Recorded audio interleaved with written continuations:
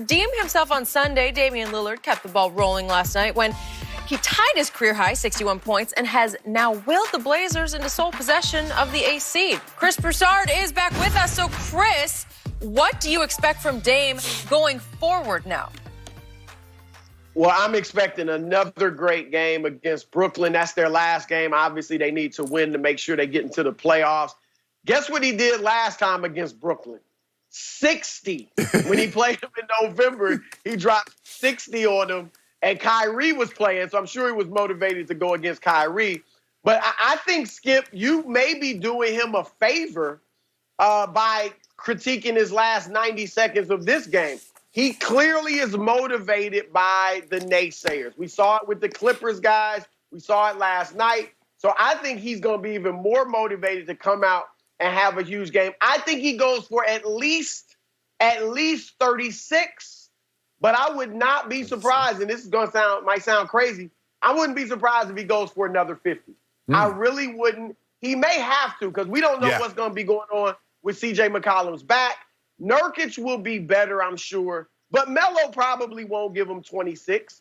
So he's going to have another big game, and I think he's capable of doing it, and I think he will, because he's backed up everything he said thus far, except missing those free throws against the Clippers. Skip, Chris, guys, you know what I'm seeing? I think Dame is a guy that if somebody from the opposing team is viewed as a superstar, we remember what he did in that night with Kobe when he went to a Staples Center, and they had the speech and they talked about Kobe, showed the montage.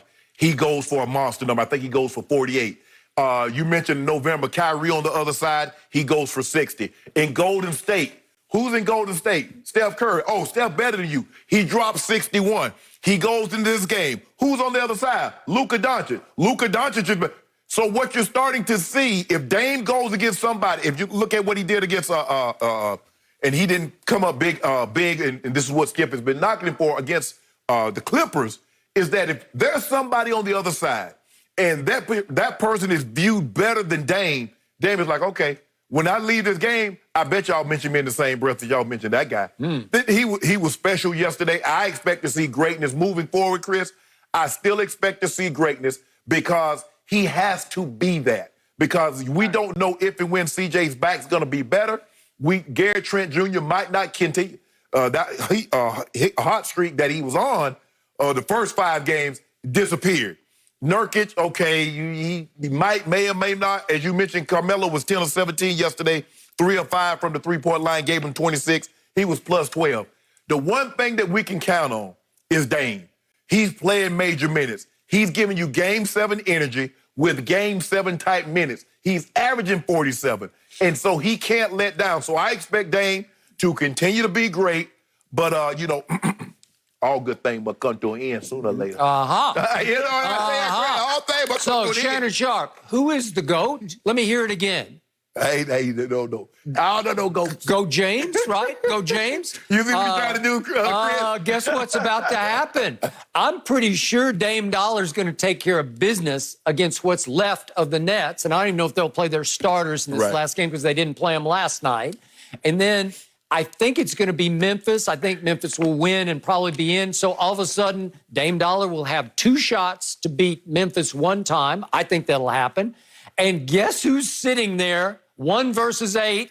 The GOAT, says Shannon Sharp, will be against Dame. And will Dame say, I got to put the GOAT in his place? Really? He did it on Kobe night. Dame's trying to make a name for himself, and he knows this would move him into upper echelon, because when you can take an 8 seed and you can beat what some consider a super team with 2 of the 5 best or 2 of the top 6 best players in the NBA, and you can do that, obviously, this would be a huge feather in Dame Lillard's cap. What did I tell you earlier in the show? Greatest opportunity of his career is about to happen, and he can right the wrong against Golden State last year in the conference finals when he was not good in the 4 fourth quarters that were all winnable games for Portland against a no KD Golden State. Damian just came up small. He was not clutch in those 4th quarters and the one overtime after game 4. So the point is, against the Lakers, now Shaq is already predicting Portland will knock off the Lakers. Greg Anthony is predicting Portland will knock off the Lakers. Now it's Dame time. Now let's see what you got. So in other words, if he doesn't do that, so Chris, you see what's happening here? Now, what Skip's going to say, if he doesn't knock off the 8 seed, he's not that guy. You notice that? Right. No. Well, first of all, and I'm with you guys in that I've picked Portland, going into the bubble. I picked them to get that 8th seed. It's not a lock, though. First of all, I'm hoping that we see Portland and Phoenix. Yes. Because Dame versus Devin, right? Devin Booker, that is must-see TV. Yeah. But it's likely we see Portland, Memphis. It is not easy to beat a team 2 straight times. And look, Ja Morant is no slouch. I know he's a rookie, but he's a pretty good defender, especially for a young guy. Dame will play well, but we saw when they played earlier in the bubble, it took everything Portland had to beat Memphis. So I'm picking Portland, but I don't think it's a lock yet that they meet the Lakers. If they do meet the Lakers, I told you guys I don't see Portland beating them. I do think Dame will push them to 6, maybe 7 games. I think he'll win a few games with brilliance in that series, but I don't see him beating LeBron and AD. And I think Dame is reaching that point. Now, Skip already is critical of him for, not going deep in the playoffs. But most people haven't been because he hasn't been viewed as that level. I think now he has hit the level where it will become widespread criticism if he doesn't go deep in the playoffs. Or really, I think he has to win an MVP or win a championship because now everybody knows you're a great individual player. We got you on that level, kind of like James Harden. We know you're spectacular individually. If you keep this up, you'll be a Hall of Famer, easy and all that. But we can't praise you more until you get to that next level, which will be MVP, or can you make your teammates better and win a championship? He's getting to be to that level. But the thing is, Chris, you know how hard it is for guards, especially 6-foot guards, to lead a team to a championship. What, Isaiah?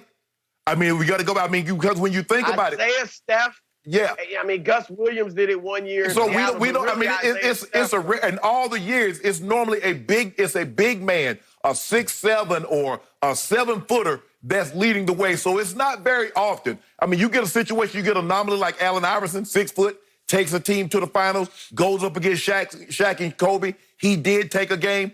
Isaiah, but for the most part, it's not a small, they can have success. Obviously, Dame is special. Steph Curry was special, but we don't normally see small guards lead teams to the promised land. No, that's true. I agree. And as good as Dame is, I don't see him leading like this Portland team certainly to a championship. I think he has to show that he's going to lift these guys and make them better because they do have some pretty good talent. Mm-hmm. CJ obviously is another nice guard. Yeah. Nurkic, I like Nurkic a lot. Melo in this role at this stage of his career is pretty good. They need some help. They need a defender, a wing defender. They had Trevor Ariza. But, they got to the conference finals last year. That was a strange kind of situation, last year in the playoffs. But I think guards are doing it more now because the league is becoming more perimeter-oriented. But ultimately, you're right. It's only been Steph and Isaiah that have really done it consistently. And so we'll see if Dame can reach that level. I don't think he can lead this team to a championship. So, Chris, my disappointment with Damian Lillard, and I told him this in our quote-unquote private conversation that he posted on Twitter, I told him that I was disappointed that he didn't come up more clutch, come up bigger against a Golden State team last year without Kevin Durant in the conference finals because it was basically 2-on-2, Steph, Clay versus obviously Dame and CJ.